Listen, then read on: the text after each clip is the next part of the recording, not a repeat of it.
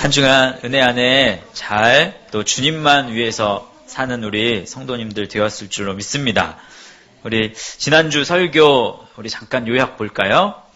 우리 주보 뒤에 보시면 내게 맡기신 자리를 지키십시오. 지난주 말씀 속에서 우리 함께 읽어보겠습니다. 시작. 교회는 하나님의 은혜의 물줄기가 만민에게 흐르는 은혜의 통로가 되어야 합니다. 하나님이 교회를 평가하시는 기준은 성도의 숫자, 헌금의 액수, 교회 건물의 크기와는 큰 상관이 없습니다. 주님은 여러분이 용기와 결단을 가지고 작은 믿음의 반응을 보이시기를 원하십니다. 주님은 우리가 주님 앞에 결단하고 순종하는 모습을 통해서 기적을 일으키실 것입니다. 아멘. 우리 작은 순종이 또 하나님 앞에서 큰 기적을 낳는다라는 사실 꼭 기억하시며 사실 수 있기를 바랍니다. 오늘 이제 우리가 사무엘하 15장 19절에서 23절 말씀을 가지고는 참 지도자와 또 참 지지자의 자세가 어떠한지, 우리 오늘 말씀 가운데 다윗 왕이 나오고 또 이때라는 장수가 나옵니다. 그래서 이 말씀 통해서 이번 주와 또 다음 주에 걸쳐서, 그래서 이번 주에는 참 지도자의 자세가 어떠한지, 그리고 다음 주에는 이때라는 장수를 통해서 참 지지자로서의 또 자세가 어떠해야 할지를 우리가 말씀을 가지고 함께 나눌 수 있기를 원합니다. 19절 말씀 우리 한번 보세요. 19절 말씀 서두에 보면 그때라는 말씀 보이시죠? 그때라고 함은 다윗이 아들 압살롬의 반란으로 인해서 예루살렘 성에서 쫓겨나게 되고 또 피신하게 되고 있는 그런 상황 가운데를 처합니다. 이 사무엘하 말씀을 쭉 읽어 내려가 보면 압살롬이 반역을 일으킨 데에는 다윗 집안의 아픈 사연이 그 안에 담겨 있었습니다. 내용을 요약하면 그 사연은 이렇습니다.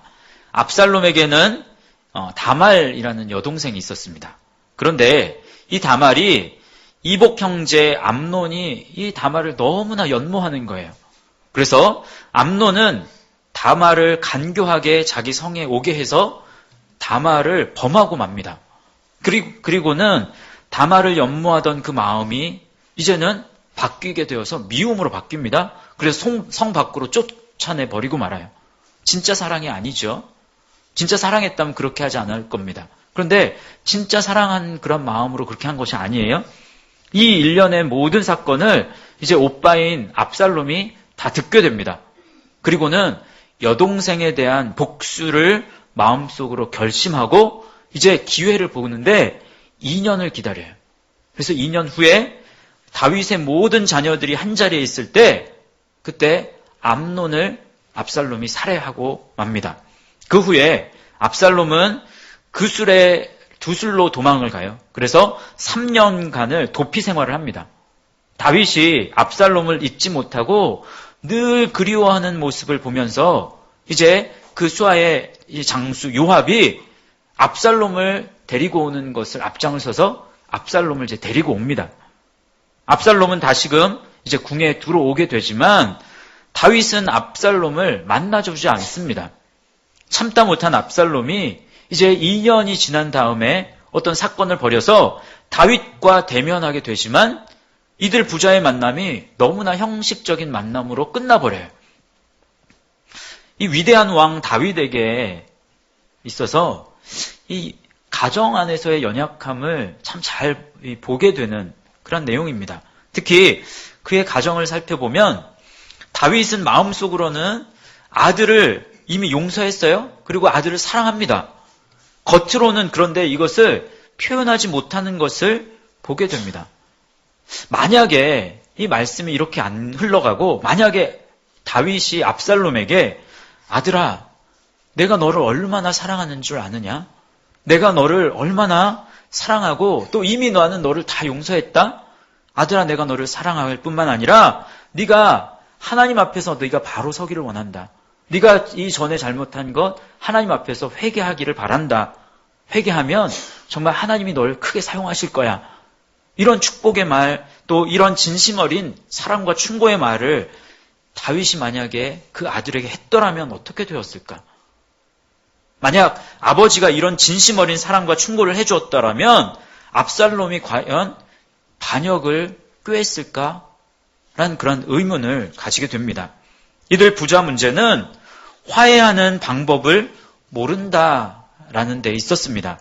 마음에 있는 것을 여러분 표현하는 것이 필요합니다. 마음에 있는 것을 표현하는 연습이 필요한데 그 연습이 되지 않고 이것이 훈련되지 않으면 지금 다윗과 압살롬의 관계가 끊어진 것처럼 우리의 관계에 있어서도 그러한 끊어짐이 있을 수 있다는 것을 우리가 기억해야 할 것입니다. 오늘날 우리에게도 마찬가지죠. 가정이나 또 직장이나 교회 공동체 안에서 지나다 보면 서로 마음 상한 일이 생길 수 있어요, 없어요? 당연한 거예요. 마음 상할 수 있습니다. 가정이나 직장이나 공동체 안에, 어떠한 공동체 안에서든 관계를 우리가 맺고 살아갈 때는 그 관계 속에서 어려움은 분명히 있습니다. 그런데 마음이 상하기도 하고 때로는 오해가 생기기도 하고 또 말실수도 하게 되고 상처를 받기도 하고 상처를 주기도 합니다. 이런 일이 안 생기게 하는 것보다 여러분 더 중요한 게 뭔지 아세요? 이런 일이 생겼을 때 그 다음에 우리가 어떻게 하느냐가 더 중요해요. 잘 화해를 하면 그럼 어떻게 될까요? 화해를 하고 난 이후에는 이전보다 더 좋은 관계가 됩니다. 관계가 금세 회복될 뿐만 아니라 이전보다 더 좋은 사이가 되어서 그 두 사람 관계뿐만 아니라 공동체가 정말 건강한 공동체로 바뀌어진다는 거예요. 여러분 화해하는 방법을 배울 수 있기를 바랍니다. 이것이 훈련이라고 생각하지 않아요. 많은 사람들이 이것이 하나님이 우리를 훈련하시는 방법이라고 생각하지 않습니다. 여러분 이것을 피하면 어떻게 돼요? 피하면 절대로 훈련받지 못하는 거예요. 똑같은 곳에서 또다시 넘어질 수밖에 없습니다. 공동체가 성숙으로 나아가지 않는다는 것 여러분 기억하셔야 합니다. 결국 이 말씀으로 돌아가서 결국 아버지와의 서늘한 대면 후에 이 아버지의 무관심으로 인해서 마음이 이제 압살롬의 마음이 상할 대로 상하게 돼요. 그래서 다시금 하나님 앞에서 또 이 왕위를 노리는 그러한 큰 그런 범죄를 저지르는 그러한 일을 도모합니다. 압살롬이 아버지 다윗을 상대로 4년 동안 반란을 이제 준비해서 거사를 일으켜요. 압살롬은 헤브론에서 왕이 됩니다. 그리고 나서 예루살렘으로 쳐들어갑니다. 갑작스러운 반란으로 인해서 다윗은 급히 예루살렘 성에서 빠져나와서 피신하게 되는 그런 상황이 지금 이 상황이에요. 왕위에 오른 후에 다윗이 왕이 오른 후에 주변국으로부터 한 번도 이 변방의 성조차도 빼앗긴 적이 없었던 다윗이 지금 다윗 일생 속에서 어쩌면 그 다윗이 가지고 있는 성 중에서 가장 중요한 성은 예루살렘 성이었거든요. 그런데 이 예루살렘 성을 빼앗기게 되는 일이 생깁니다. 그런데 누구에게 빼앗깁니까? 다른 나라가 아니었어요. 다른 이방 나라가 아니라 외부의 어떤 외부적인 그런 요인이 아니라 지금 내적인 요인에 의해서 자녀에 의해서 이 예루살렘 성을 빼앗기게 되고 마는 것. 이것을 통해서 우리는 중요한 교훈을 또 배울 수 있게 됩니다. 가정이나 교회나 예외 없이 공동체를 지키고 활성화하는데 가장 큰 어려움은 여러분 외부에 있습니까? 내부에 있습니까? 어디에? 아시죠? 외부에 있는 것이 아니라요. 내부에 있습니다. 이 시대의 교회 밖에서 교회를 무너뜨리려고 하는 그러한 이단 그리고 반기독교적인 세상 문화 이 공격이 어느 때보다도 정말 거세지만 그렇지만 이것이 교회를 무너뜨릴 수 없습니다. 교회를 정말 뒤흔들게 만들고 교회를 어지럽게 만드는 것은 내적인 요인이 더 강합니다. 그래서 교단 간의 분쟁이 계속되고 있고 또 교회 간의 이기주의로 인해서 내 교회만 중요하다는 그러한 생각들이 팽배해져 있고 또 교회 안에서 성도들 사이의 갈등과 다툼이 끊이지 않고 있는 이것이 더 큰 문제라는 거예요. 이런 문제들이 교회 공동체를 훨씬 더 큰 타격을 줄 수 있고 또 무너뜨릴 수 있는 요소가 된다는 것을 우리가 기억해야 합니다. 그래서 그 내적인 요소를 빨리 없애지 않으면 안 된다라는 사실을 우리가 기억해야 합니다. 우리 영동교회 성도들은 가정 안에서든지 또 직장에서든지 또 교회에서든지 어떠한 일이 있었을 때 그 내적인 요소를 빨리 사그러뜨릴 수 있는, 없앨 수 있는, 그래서 사과하고 또 용서할 일이 있으면 빨리 용서하고 또 화해해 나갈 수 있는 그러한 성도들이 되실 수 있기를 축복합니다. 이것이 분열과 갈등을 막는 길입니다. 여러분, 있을 때 잘해 라는 말, 그 유행어 많이 들어보셨죠? 더 큰 갈등과 또 분열이 생기기 전에 곁에 있을 때 저희들 서로 더 감싸주고 또 더 용서하고 이해하는 그러한 영동교회 성도들이 될 수 있기를 바랍니다. 그런 의미에서 우리가 옆 사람과 이렇게 한번 인사했으면 좋겠습니다. 있을 때 더 잘하겠습니다. 이렇게 인사하세요. 예. 없을 때 잘하려고 하는 거 소용없어요. 예. 있을 때 잘하는 게 중요합니다. 그래서 있을 때 여러분 더 잘하실 수 있기를 바라요. 아멘. 예. 이러한 상황에서 이제 말씀으로 다시 돌아갑니다. 이러한 상황에서 다윗은 지금 누구와 함께 피신을 하고 있는지를 우리가 읽은 본문을 살펴보면 이 앞절, 이제 19절부터 읽었는데 18절 말씀을 읽어보면 18절 말씀이 이렇습니다. 그의 모든 신하들이 그의 곁으로 지나가고 모든 그렛 사람과 모든 블렛 사람과 및 왕을 따르는 가드에서 온 모든 가드 사람 600명이 왕 앞으로 행진하니라 라고 되어 있습니다. 이 다윗이 거느린 왕궁 수비대의 병사들 중에는 분하야 휘하에 속한 이 그렛 사람과 블렛 사람 그리고 이때 휘하에 가드 사람이 있었어요. 가드 출신의 블렛의 사람, 이 블렛의 병사는 600명 정도 되었습니다. 그런데 이들을 지휘하는 자가 누구였냐면 이때였어요. 그리고 이때 역시 가드 출신의 블레셋 사람이었습니다. 이때와 이 600명의 병사들은 다윗이 사울로부터 핍박을 받던 시절부터 그의 도피처였던 이제 블레셋 가드에서부터 다윗의 무용과 또 지도력에 감동이 되어서 그 이후부터 내내 다윗을 따라다닙니다. 다윗을 마음의 중심으로 사모했어요. 이 병사들이. 그래서 그때부터 가드에서 시글락으로 갈 때도 또 헤브론으로 갈 때에도 그래서 헤브론을 거쳐서 예루살렘에 이르기까지 그래서 다윗이 이스라엘 전체의 왕이 되었을 그때까지 끈질기게 다윗 휘하에서 다윗만을 바라보고 다윗에게 충성하며 삽니다. 그런데 다윗은 이러한 상황에 처한 이때 지금 부담감 속에서 지금 상황은 어때요? 지금 상황은 좋은 상황이 아니잖아요. 생명의 위협을 다윗이 받고 예루살렘 성에서 쫓겨나서 피난 가는 그런 상황이에요. 너무나 어려운 상황입니다. 그런데 이러한 상황에 처한 가운데에서 이때에게 부담감을 주지 않습니다. 함께하거나 충성을 강요하지 않는다는 거예요. 다윗은 오히려 자신에게 충성을 맹세하는 이때와 또 그의 수하들에게 지도자로서는 참으로 보기 어려운 그런 솔직함 그리고 그러한 겸손함을 보입니다. 그래서 다윗은 자기 수하의 부하들을 배려하고 또 너희가 나를 의지해서는 현실적으로 니네들 아무것도 기대할 수 없다라고 말하면서 각자 자신의 길을 찾아서 떠나라고 권합니다. 그것이 바로 19절, 20절이에요. 다시 한번 우리 19절, 20절 말씀 함께 읽어볼까요? 시작!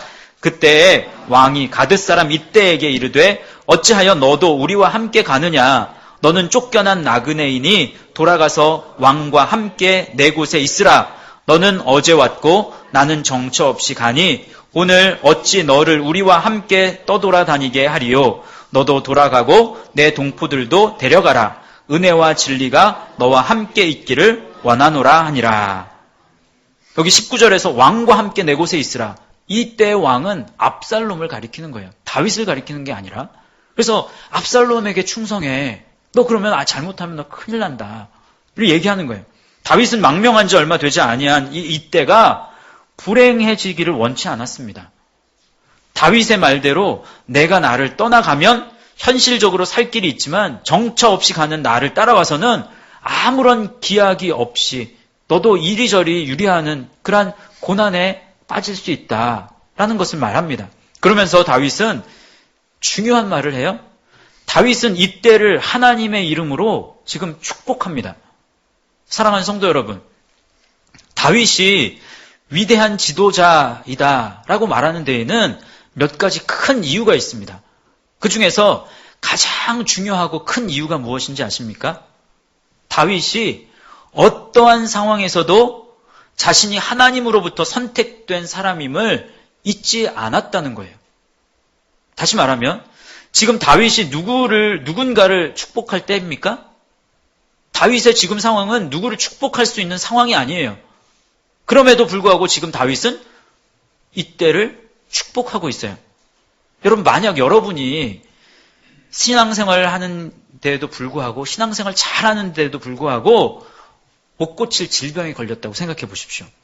아니면 잘 나가던 사업이 한순간에 다 망하게 되었다고 생각해 보세요. 여러분, 이런 순간에도 나는 하나님이 선택하신 사람이야 라는 확신이 여러분 있습니까?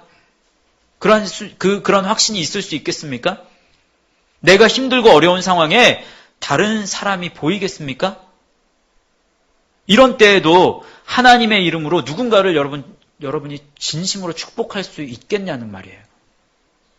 때로 교회에서 신앙이 참 좋다고 하는 분들과 이야기하다가 깜짝 놀랄 일들이 있어요. 놀랄 때가 있어요.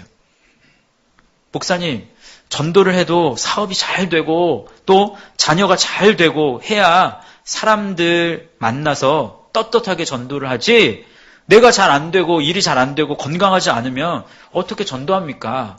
내가 뭔가 잘 돼야 그래야 전도하는 것도 좀 그 사람이 마음이 움직이고 그렇죠. 여러분 그렇게 생각하세요? 마음속으로만 얘기해 보세요. 얼핏 들으면 그 말이 맞을 수 있어요. 일리가 있을 수 있습니다. 그런데 그러한 신앙은 참 위험한 신앙이라는 걸 여러분 기억하셔야 됩니다.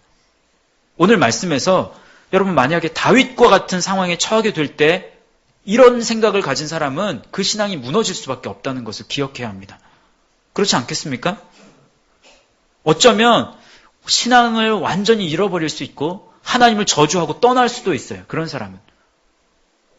지금 다윗은 현실적으로는 정처 없이 떠나는 패주와도 같습니다. 그럼에도 다윗은 자신과 함께 하시는 하나님이 자신을 떠나지 않았음을 인정하고 고백하고 있어요. 다윗에게 지금 은과 금이 없을지라도 또 현재의 상황이 나에게 너무나도 불리하게 작용할지라도 지금 하나님의 언약적인 축복만큼은 그 안에 간직하고 있고 또 그 언약적 축복을 통해서 누구를 축복해요? 이때와 또 그 수하의 병사들을 축복하고 있다는 것. 이것을 기억해야 합니다, 여러분. 이것이 바로 참 지도자의 모습입니다. 지도자로서 갖춰야 할 것이 서점에 가보면 책 중에서 가장 많은 이 부류의 책이 뭔지 아세요? 리더십에 관한 책입니다. 어떤 지도자가 좋은 지도자인가? 라는 데 책이 굉장히 많습니다. 그런데 그것들보다도 오늘 말씀 속에서 가장 중요한 지도자의 덕목이 뭐냐라고 했을 때 그것은 하나님께서 나를 세우셨다라는 확신이 있어야 되고 그리고 또한 하나님께서 주신 언약적인 축복을 나는 어떠한 순간에도 활용할 수 있다, 사용할 수 있다라는 그런 마음을 가져야 한다는 거예요. 그 사람이 쓰임받습니다. 그 사람이 참 지도자이라는 거예요. 그런 지도자가 될 수 있기를 바랍니다. 다윗이 위대한 지도자라고 말하는 두 번째 이유는 다윗은 너무나도 절박한 상황 속에서 자신보다 자기 수하를 진심으로 축복하고 또 감싸주고 배려하고 싶은 그러한 이 모습을 다윗은 지금 보이고 있는 것. 이것이 참 중요합니다.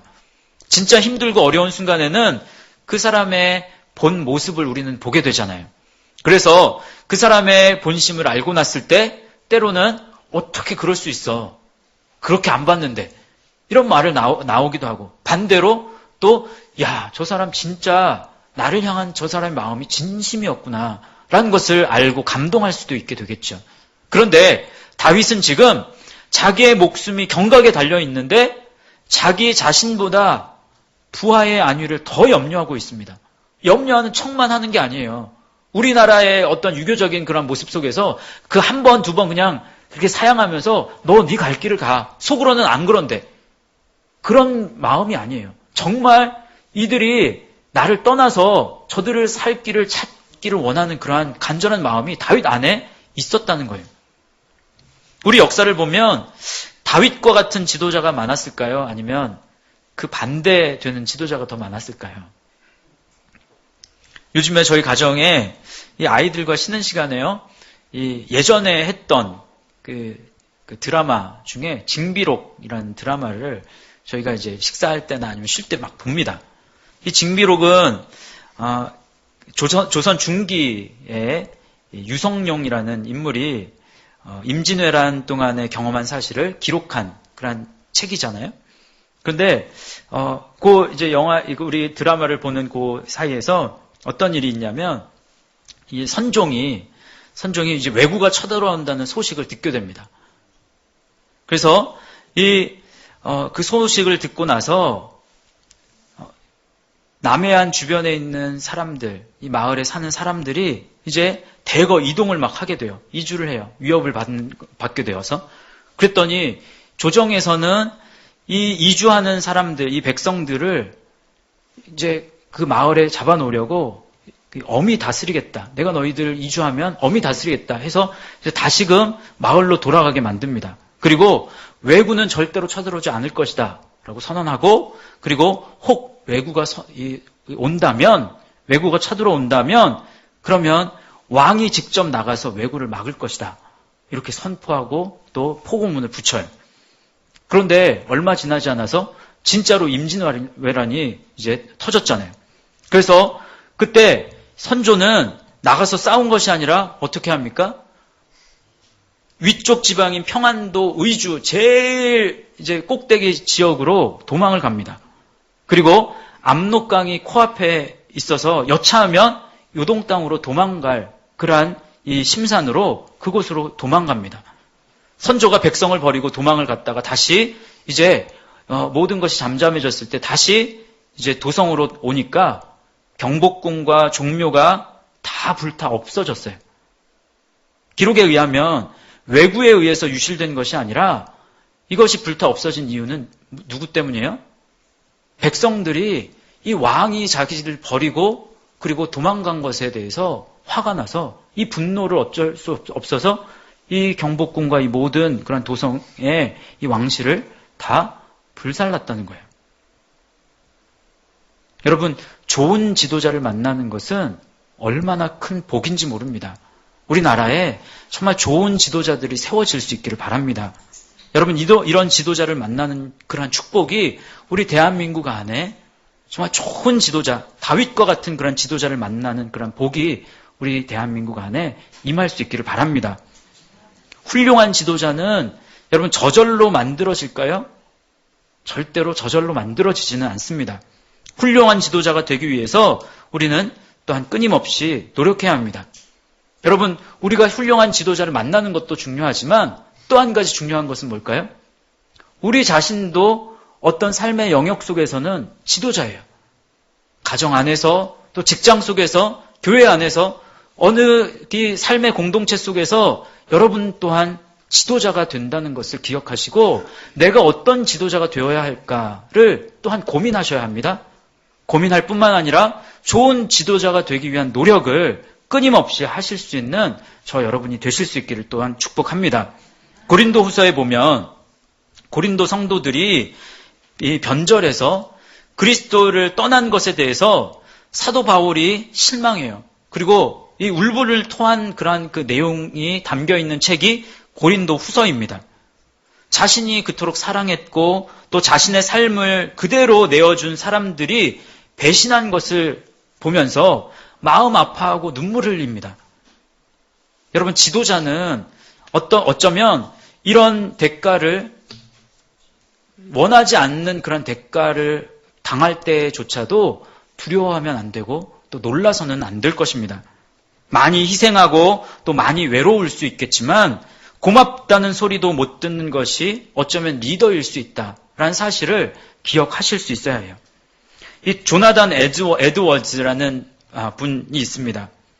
그분이 노샘프턴이라는 교회에서 23년 동안 정말 신실하게 섬겼습니다. 그의 목양으로 성도들이 대각성 운동의 엄청난 부흥을 경험할 정도로, 사실 조나단 에드워즈의 이 설교와 저서는 대각성 운동의 발화에 끝나지 않았습니다. 지금까지도 조나단 에드워즈의 이 설교는 많은 이 설교가들의 귀감이 되는 그러한 설교입니다. 그런데 그 당시에 그가 그리스도를 믿는 확실한 신앙 고백을 한 이 사람만이 주님의 만찬에 참여할 수 있다라는 그러한 선언을 하고 그렇게 가르쳐요. 그러한 이유로 인해서 교회에서 압도적인 수치로 그의 해임안이 가결됩니다. 그렇게 한 일들이 많고 교회를 위해서 충성한 그가 한 번에 어쩌면 그 성도들의 마음에 들지 않은 한 번의 사건 때문에 그가 교회에서 나가게 되는 일이 나타납니다. 또 침례교 역사상 가장 훌륭한 목사 중에 한 사람이 찰스 스펄전 목사님, 아마 많이 들어보셨을 거예요. 영국 침례교단으로부터 수많은 비난을 받습니다. 스펄전 목사님이 교단에 이 모더니즘이 침투하는 것을 반대함으로 인해서 그의 쌓아온 모든 그러한 이 사역들, 이런 것들이 다 수포로 돌아가는 그러한 일들이 생겨납니다. 지도자는 이런 순간에도 여러분, 온유와 또 긍휼과 공감과 겸손을 잃어서는 안 된다는 사실을 많은 인물을 통해서, 또 우리가 지도자라면 이러한 덕목을 갖추는 것이 얼마만큼 중요한지를 우리가 기억해야 될 것입니다. 다윗이 지도자로서 완전했다고는 말할 수 없습니다. 돌이킬 수 없는 죄를 저질렀던 적도 있고, 또 그럼에도 불구하고 다윗이 하나님 중심의 삶을 살려고 노력한 사람임에는 틀림이 없지 않습니까? 하나님은 이스라엘의 왕들 중에서 다윗만큼 하나님을 사모한 사람이 없었다라고 이야기합니다. 사랑하는 성도 여러분, 완전한 지도자가 되려고 하지 마시고 영향력 있는 지도자가 될 수 있기를 바랍니다.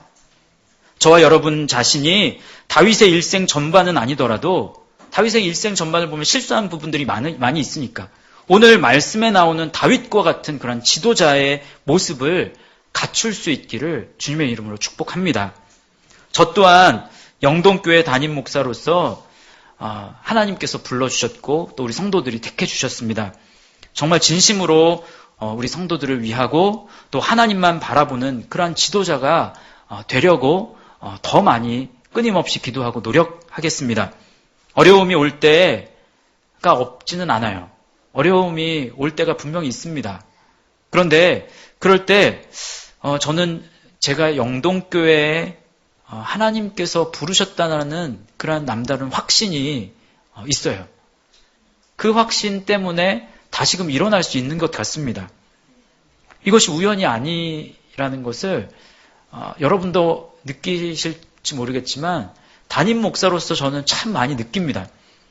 제가 영동교회 영동 유치원 출신이었는데 영동 유치원 출신이어서 영동교회에 왔다라면 그것을 이미 알고 왔다라면 뭐 그럴 수도 있을 텐데 제가 영동교회 담임 목사가 되고 나서 그 사실을 알았어요.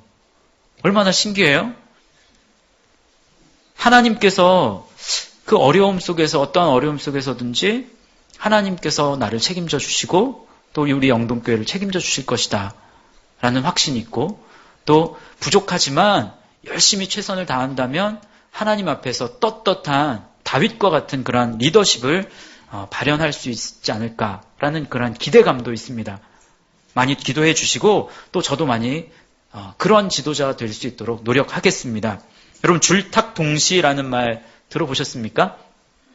이 병아리가 이 알에서 나오기 위해서 이 새끼가 알 속에서 막 이렇게 알 속에서 쪼는 것을 이 줄이라는 줄의 이 노력 그리고 또 어미 닭이 이 바깥에서 이 병아리가 이 이제 쪼우는 알 속에서 쪼우는 그 곳을 바깥에서 이제 쪼아주는 탁의 노력이 동시에 일어날 때, 그때 병아리는 세상 밖으로 나올 수 있게 된다라는 것을 가리켜서 이 사자성어 줄탁 동시라는 말을 사용합니다.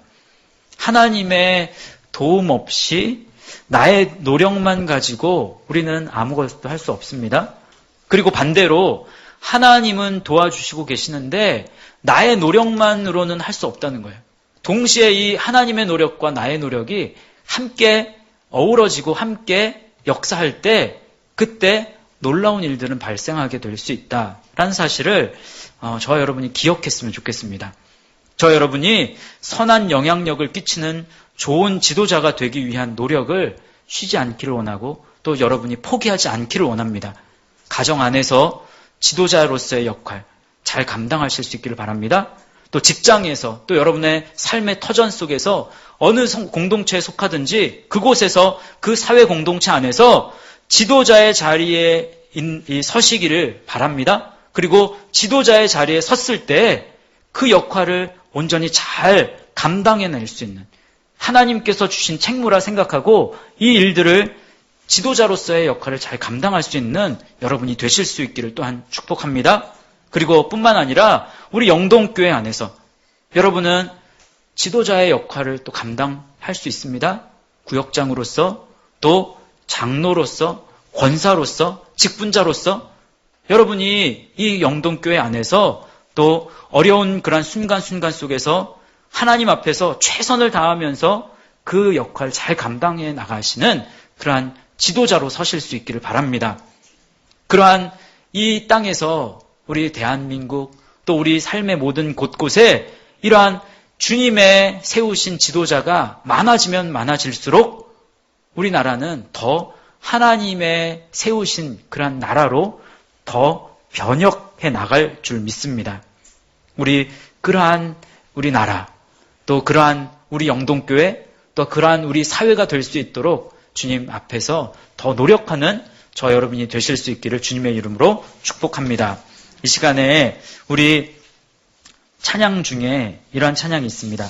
우리는 주의 백성이오니 주의 큰 이름 선포합니다. 이곳 어두운 세상에 빛으로 부르셨네. 주의 얼굴 구할 때 역사하소서. 우리가 주님의 백성이지만 또한 이 우리가 주님의 백성이라는 말은 다른 말로 하면 나는 주님께서 세우신 그러한 지도자입니다. 내가 지도자의 역할 잘 감당하겠습니다. 이런 마음으로 이 시간 우리 함께 우리는 주의 백성이오니 이 찬양 부르고 함께 우리 기도하며 나아가겠습니다. 우리는 주의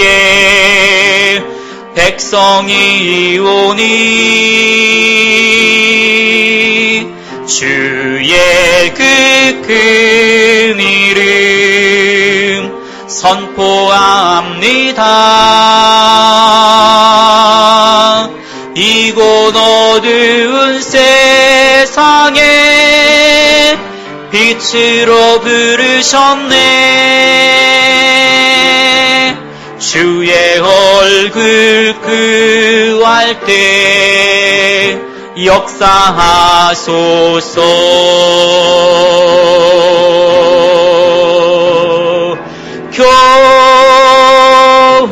교회를 세우시고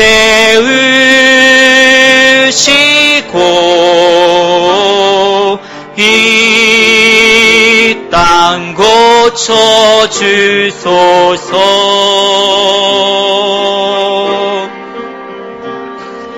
주님 나라 임하시고 주 뜻 이루어지다.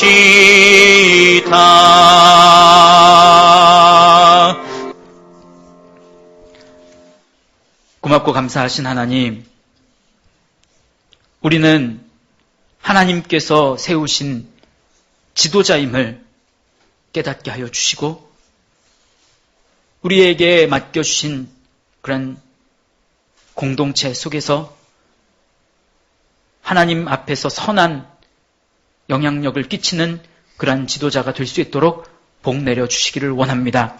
하나님, 또한 이 대한민국, 우리 조국을 위해서 기도합니다. 이 나라에 하나님께서 세우신 그러한 지도자가 더 많이 나타날 수 있도록 도와주시옵소서.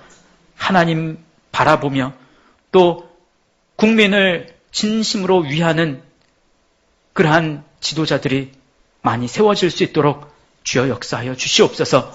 그래서 이 땅이 하나님 앞에서 하나님 기뻐하실 만한, 그리고 하나님의 마음을 시원케 할 수 있는 그러한 이 조국 대한민국 되게 하여 주시옵소서. 하나님, 우리 영동교회 안에도 함께하여 주시고, 또 하나님 우리 각 가정 안에도 하나님 온전한 리더십이 잘 세워질 수 있도록 주님 역사하여 주실 줄 믿고 감사를 드립니다. 모든 말씀을 우리를 구원하신 예수 그리스도의 이름 받들어서 간절히 기도하옵나이다. 아멘. 지금은 우리 구주 예수 그리스도의 은혜와 하나님의 극진하신 사랑과 성령님의 감화하시고 교통하시고 임재하시는 그러한 역사가 이제 참 지도자로 살기로 다짐하는 사랑하는 영동교회 모든 성도들 머리머리 위에 지금부터 영원토록 함께 하옵시기를